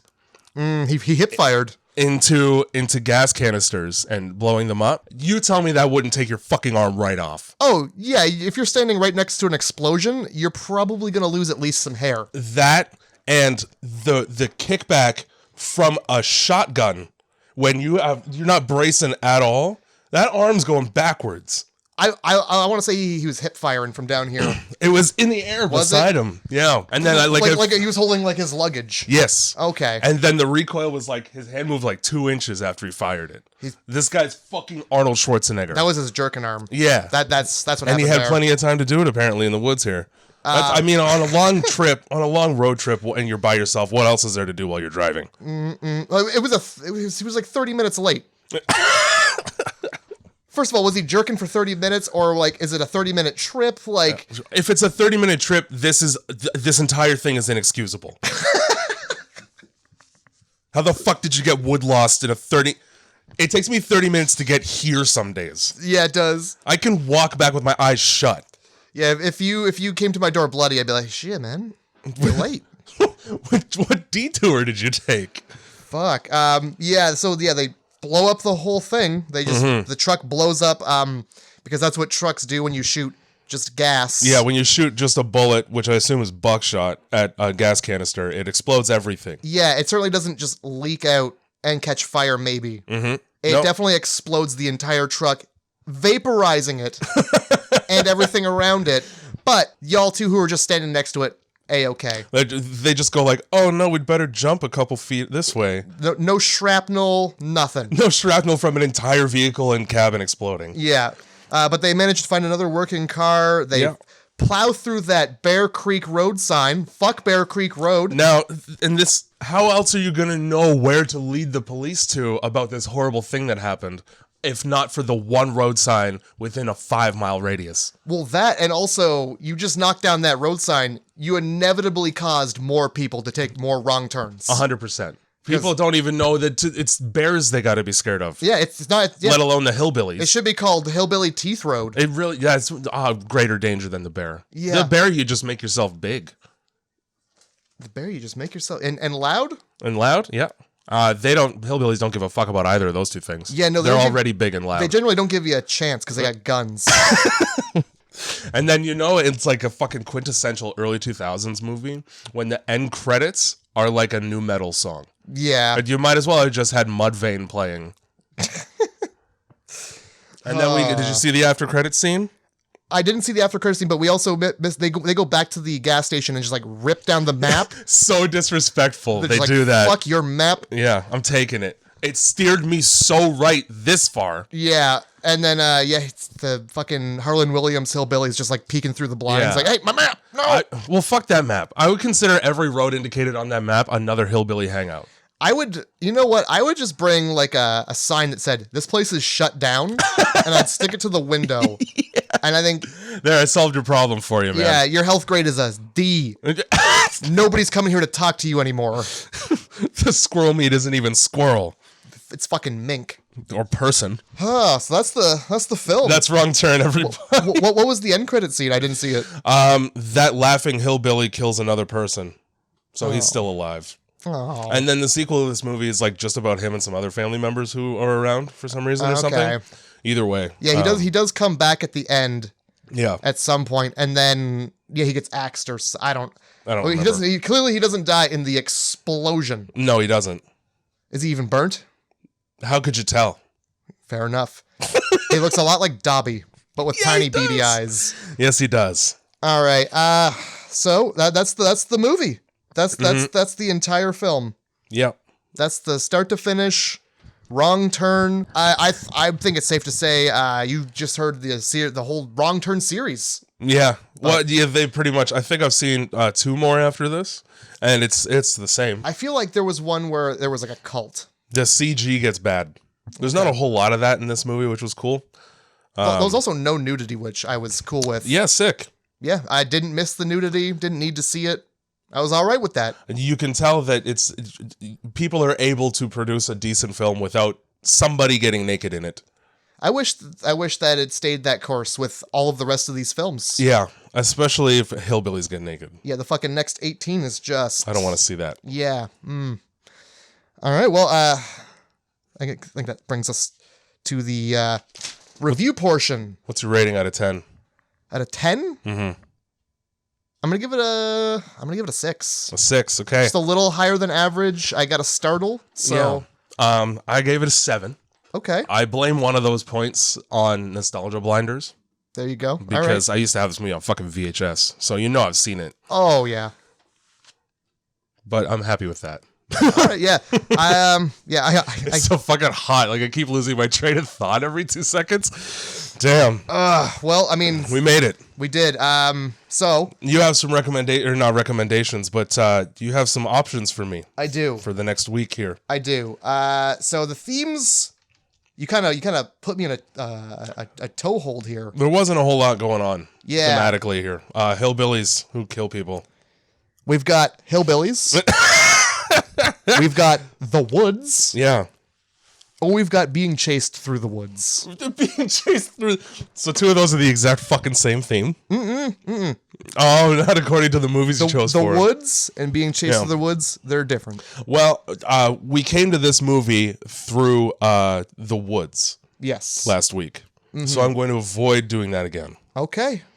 I don't know a lot of movies about hillbillies. There aren't many. There are not many. And as far as being chased through the woods, I mean, that literally just happened. So I'm going to go with hillbillies. All right. So it sounds like next week we'll be watching Texas Chainsaw Massacre. I knew it. But I don't want the new, no, not the old one and not the newest one. That nice middle one. You want the one with the dude from Full Metal Jacket as the sheriff. So Texas Chainsaw Massacre, not Texas Chainsaw, not Texas Chainsaw Massacre, the first one, the second one, the third one. We're not going to watch the newest one that's on Netflix. You don't want to see Matt McConaughey with a hydraulic leg? I kind of do, actually. I think that's Texas 3. Oh my God. Yeah. I didn't even know there was a third one. I assumed they just kept fucking popping those foam hillbilly movies out. The worst one in the series is the second one. Like the original second. The radio station DJ one. Yeah. What's his name? Fucking Dennis Hopper or whatever. Sure. And the whole, for some reason, he just deteriorates into a skeleton throughout the movie and they don't explain it. Anyway, this one I believe is from 2006. Yeah, I saw it in theaters, so it was old enough for me to see it in theaters and when I was like in high school. So we get to admire Jessica Biel's face. We sure do. So that's cool. This also has like the grossest shit. Actually, the second grossest shit of any of the Texas Chainsaw Massacres. The grossest one is one of the newer ones where 2 people who are brother and sister fuck on a dead body and there is lubrication necessary, so they use the body. I missed that one. Good. I missed that film. It's so bad. See, here I was thinking you were going to say like the original where they like make that mannequin of an old dead man try to bash the lady on the head and they like cut her finger and like make him suck the blood. That is gross. The grossest thing about that movie is that like that's during the dinner scene, right? And they have all that meat on the table. They never took the meat off the table for the entire shooting. And that was one of the earlier shots that they did. So that meat was literally just rotting meat in the house for a long time. Good. Well, that's that then. Rotting fucking meat. Rest in peace. What's his name? Oh, David Lee Ermey, something like that. Oh, yeah, the general. That motherfucker is dead as shit now. What are you going to suck a golf ball through a garden hose? Yeah. I forget all the horrible things he says in that fucking movie. You look like the kind of guy who would fuck a person in the ass and not have enough goddamn common courtesy to give him a reach around. That's a look. That's a look to have, too. That's a very specific fucking look. It sure is. It sounds like it happened to him. Oh, all right. That's Grindhouse Movie Club for this week. Yeah. Thanks for tuning in. Tried to muscle our way through reviewing Wrong Turn here. Yeah. I mean, we did it under 2 hours. Yeah. Which is good because, like, hey, we could just sit here and gab for 15 if you want. How's work going? I don't have 15 minutes worth of things to say. All right. Well, do you have anything to end the podcast with at least? Texas Chainsaw Massacre.